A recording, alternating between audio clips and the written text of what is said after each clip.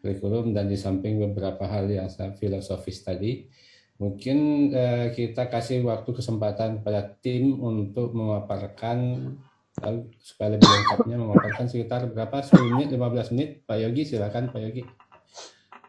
Baik, izin Pak Kabadan, Pak Kapus, Pak Ses, dan Ibu Bapak sekalian, izin menyampaikan konsep dari kurikulum prototipe yang tadi disampaikan oleh Pak Kabadan, bahwa perlu kami sampaikan juga Pak Kabadan dan Ibu Bapak dalam pengembangannya, terutama concern dalam agama, juga teman-teman dari Direktorat terutama yang menangani kurikulumnya, mulai dari Islam, Kristen, Katolik, Hindu, Buddha, Konghucu, juga dalam capaian pembelajaran sampai ke perangkat ajar itu sudah terlibat bersama, karena agama sampai buku teksnya pun adalah dikerjakan bersama dengan peminat. Tinggal mungkin nanti pada hari ini lebih ke yang menangani persekolahannya. Kalau yang menangani kurikulumnya sejak awal sudah bersama-sama dalam perkembangannya sejak tahun 2020 yang disampaikan oleh Pak Kabadan. Ada beberapa konsep yang pembaharuan terutama di dalam kurikulum prototipe ini. Tentunya di dalam pengembangan kurikulum ini Bapak perlu kami sampaikan bahwa kurikulum prototipe ini melanjutkan arah pengembangan kurikulum sebelumnya di kurikulum 2004, 2006, 2013, di mana sejak keluarnya Undang-Undang Sisdiknas di 2003, pendidikan kita itu berbasis standar dan kurikulum kita berbasis kompetensi. Sehingga hal yang memang sudah baik dan sudah dirancang sejak 2003 dalam Undang-Undang Sisdiknas, rintisan KBK 2004 dan secara resmi di kurikulum 2006, kurikulum kita itu sudah berbasis kompetensi, bukan berbasis konten. Lalu di dalam pengembangannya juga karena berbasis kompetensi juga kita membangun orientasi yang holistik. Kurikulum dirancang untuk mengembangkan kurikulum secara holistik, kecakapan akademis, non akademis, kognitif, sosial, emosional itu juga dibangun di dalam kurikulum kita sejak 2006 secara formalnya. Serta kontekstualisasi dan personalisasi lagi-lagi ini pun sudah tertuang secara eksplisit di dalam undang-undang bahwa kurikulumnya hendaknya dikembangkan sesuai karakteristik daerah, karakter peserta didik, dan karakteristik dari satuan pendidikan. Sehingga kontekstualisasi dan personalisasi ini kurikulum memang sudah dirancang sesuai konteksnya. Kebutuhan murid ini yang perlu kami pertegas bahwa hal-hal yang memang sudah baik di K13 kita tetap lanjutkan. Ada beberapa kebaharuan yang ada di dalam kurikulum prototipe ini yang menjadikan karakteristik utama kenapa di dalam kurikulum ini kita terus melanjutkan pembaharuan, karena tuntutan kebutuhan zaman dan kondisi saat ini yang menuntut juga bagaimana fleksibilitas itu bisa dilakukan di dalam kurikulum kita. Ada 3 ciri utama yang mendukung kurikulum, mendukung pemulihan pembelajaran ini di dalam kurikulum prototipe ini. Pertama adalah pengembangan karakter. Nah ini kalimatnya utuh sebenarnya. Pengembangan karakter melalui penguatan profil pelajar Pancasila.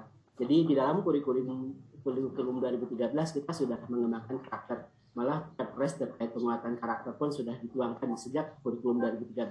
Namun di dalam kurikulum 2013 belum ada porsi khusus untuk pengembangan karakter.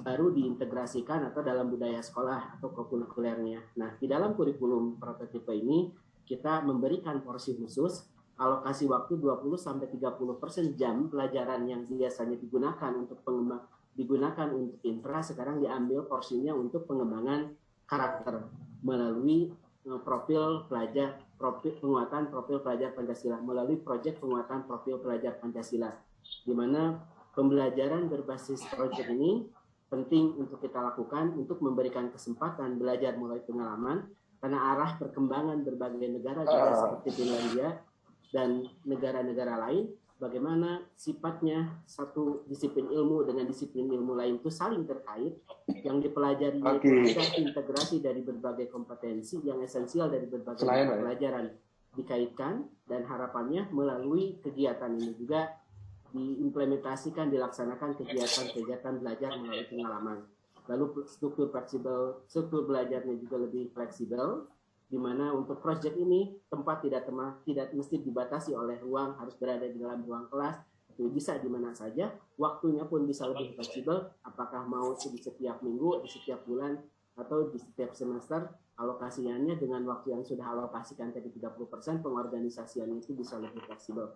Itu karakteristik utama. Yang pertama adalah pengembangan karakter melalui penguatan profil pelajar Pancasila, di mana di sana dibangun karakter-karakter yang sesuai dengan dimensi-dimensi dari profil pelajar Pancasila, mulai beriman, bertakwa kepada Tuhan Yang Maha Esa, lalu mandiri, berhalap mulia, mandiri, bergotong royong, berkebinekaan global, bernalar kritis, dan kreatif. Itu dibangun melalui proyek penguatan profil pelajar Pancasila. Jadi concern kita ada porsi memang khusus alokasi 20-30% untuk pengembangan karakter. Yang kedua, Ibu Bapak, adalah terkait dengan fokus kepada materi yang esensial. Nah, materi esensial ini kita belajar dari kondisi pandemi bahwa dengan berfokus kepada materi-materi yang esensial, ternyata cukup mengoptimalkan kemampuan siswa dalam memahami suatu kompetensi. Ibu Bapak, terkait kompetensi esensial ini kita tuangkan di dalam capaian pembelajaran. Kalau di dalam kurikulum 2013, kita tuangkan dalam kompetensi inti kompetensi dasar, sedangkan sekarang di dalam kurikulum 4 ini kita tuangkan di dalam capaian pembelajaran, dan penyusunannya juga terutama untuk mata pelajaran agama ini disusunnya dan direkomendasikannya oleh teman-teman dari Kemenak. Jadi penyusunan capaian pembelajaran untuk mata pelajaran agama itu disusun oleh Kemenak bersama dengan kita. Jadi kita lebih dari unsur pedagoginya, sedang substansi isi materi itu benar-benar disusun dari teman-teman Kemenak, rekomendasi dari Kemenak. Nah, ini yang kita tuangkan menjadi capaian apa yang harus dicapai setelah siswa belajar. Perbedaannya lagi adalah kalau di dalam K13 dipilah pengetahuan, keterampilan, dan sikap, sekarang diintegrasikan kemampuan tersebut. Dan sepertinya hampir semua negara juga perumusan kompetensi itu tidak memilah antara sikap, pengetahuan, keterampilan, tapi diintegrasikan kemampuan utuh, bagaimana pengetahuan, sikap, dan keterampilan itu dibangun. Lalu yang membedakannya juga adalah perumusannya. Kalau dalam K13 selain dipilah ada ditentukan urutannya serta ditetapkannya per tahun, maka di dalam capaian ini yang kita tetapkan adalah per fasenya. Fase itu ada yang 2 tahun untuk DSD, 3 tahun untuk di SMP, dan SMA ada yang 1 dan 2 tahun. Jadi variasi penetapan capaiannya. Inilah yang kita identifikasi. Yang penting apa yang harus dikuasai, kita tuangkan dalam capaiannya. Sudah kita kurangi rata-rata antara 30 sampai 50% kompetensi yang dirasa terlalu padat, kita kurangi. Sehingga fokus kita yang kita tetapkan adalah materi-materi yang esensial. Jikapun ada di satuan pendidikan misalkan mau menambahkan suatu kompetensi, ya itu silahkan di satuan pendidikan. Tapi yang kita tetapkan dari pusat adalah yang minimal. Lalu yang ketiga, karakteristik utama dari kurikulum tertib ini adalah fleksibilitas dalam perancangan kurikulum satuan pendidikan. Ada 3 hal yang setidaknya kita berikan fleksibilitasnya. Pertama, pendekatan pembelajaran, di mana pendekatan pembelajaran kalau sebelumnya diseragamkan, misalkan di SD seluruhnya harus tematik, maka dimanapun berada sekolah harus menggunakan tematik. Mampu atau tidak mampu menggunakan tematik, mesti menggunakan pendekatan tematik. Nah, sekarang pendekatan itu kita serahkan ke satuan pendidikan bagaimana cara dirasa yang paling tepat pendekatannya. Misalkan kalau memang di SD tertentu guru-gurunya lebih mampu, lebih nyaman dengan pendekatan tematik, silahkan dilanjutkan pendekatan tematik. Tetapi kalau guru-gurunya kesulitan pendekatan tematik dan lebih mampu membelajarkan dengan berbasis mata pelajaran, maka silahkan menggunakan pendekatan berbasis mata pelajaran. Di jenjang-jenjang atasnya pun begitu, bisa dengan integrasi dengan blok, sistem blok, itu diperkenankan. Jadi kebijakan pendekatan yang tepat yang dapat dilakukan itu diberikan kewenangannya ke satuan pendidikan. Kita hanya memberikan cara-cara yang mungkin ini bisa digunakan. Itu pertama, memberikan fleksibilitas terkait dengan pendekatan.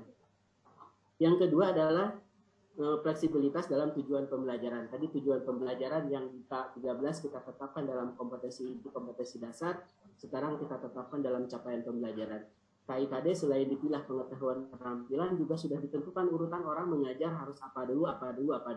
Padahal mungkin pengalaman setiap guru itu dalam membelajarkan mana dulu yang lebih penting itu bisa jadi berbeda-beda. Maka dalam hal ini kita tetapkan tujuannya per fase antara 2 sampai 3 tahun. Bagaimana urutan-urutan membelajarkannya itu diberikan kewenangannya kepada guru.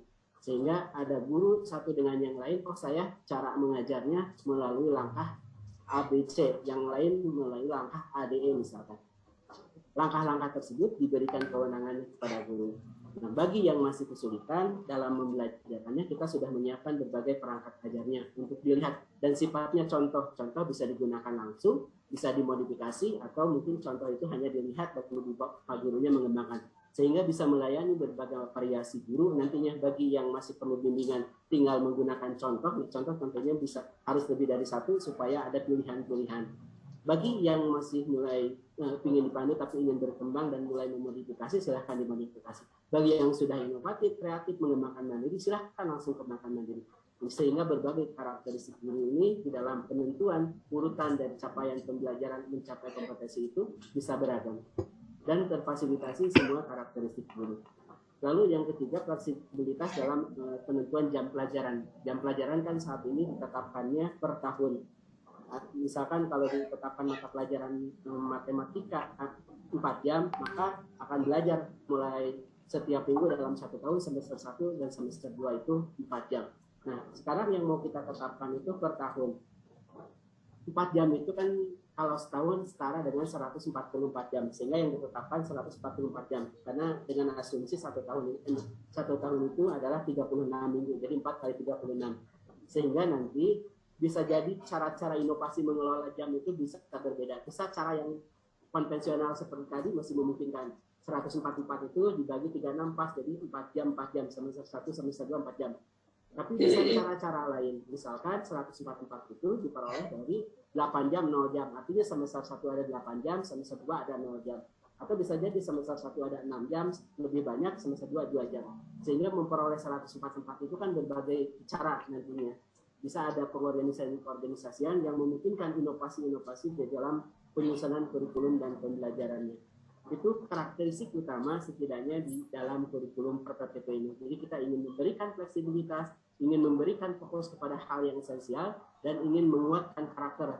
Karena kita konsen terhadap karakter, kita ingin memberikan porsi khusus di dalam waktu alokasinya untuk pengembangan karakter ini.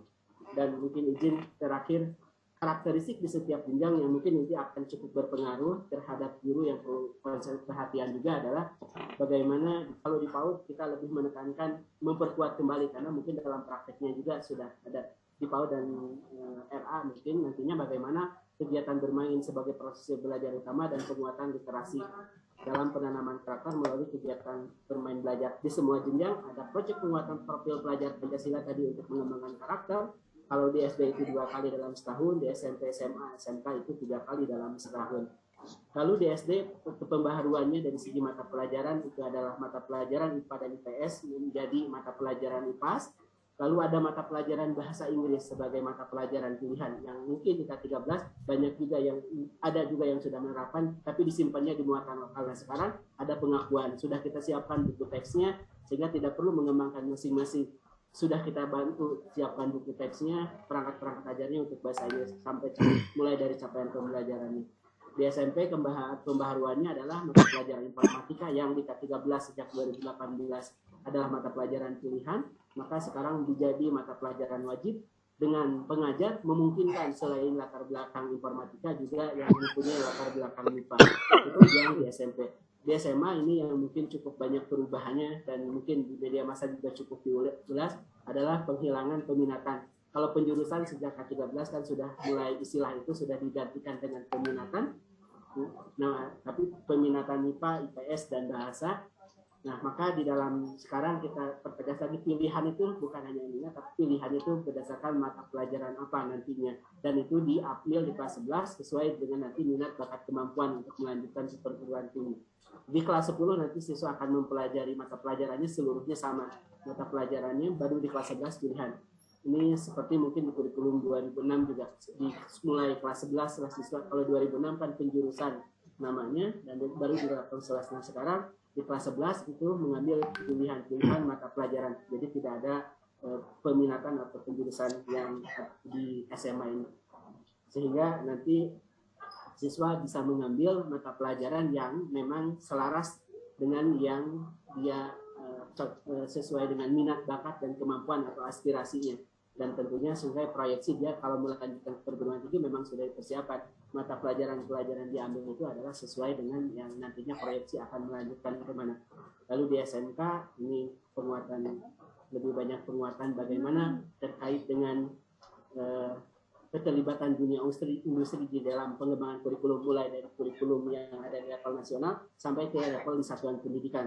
Ada terkait juga proyek kerja lapang yang ada terkait dengan PKL-nya nanti akan fokus dalam satu semester, sehingga pada saat PKL siswa tidak dibebani juga untuk sambil belajar mengajar, karena dia sudah menuntaskan seluruh materi pelajarannya. Pada saat PKL dia akan fokus terhadap mata pelajaran PKL, karena PKL kita posisikan sebagai mata pelajaran, maka bimbingan guru bisa juga guru-guru itu menjadi guru mata pelajaran PKL untuk membimbing siswanya. Nah, ada juga sama proyek penguatan profil pelajar Pancasila di SMK, ada tambahan yaitu bagaimana budaya kerja untuk peningkatan soft skill dan karakter dari dunia kerja. Dan terakhir SLB yang sebelumnya kompetensinya dipilah antara perketunahan, maka sekarang dipilahnya adalah berdasarkan hambatan intelektual atau tidak mempunyai hambatan intelektual. Ini pembaharuan di setiap jenjang. Itu saja mungkin Pak Kapus, Pak Kakak Badan, Pak Ses, dan Ibu Bapak semua terkait dengan karakteristik utama dari kurikulum PTPI. Terima kasih. Assalamualaikum warahmatullahi wabarakatuh. Waalaikumsalam warahmatullahi wabarakatuh.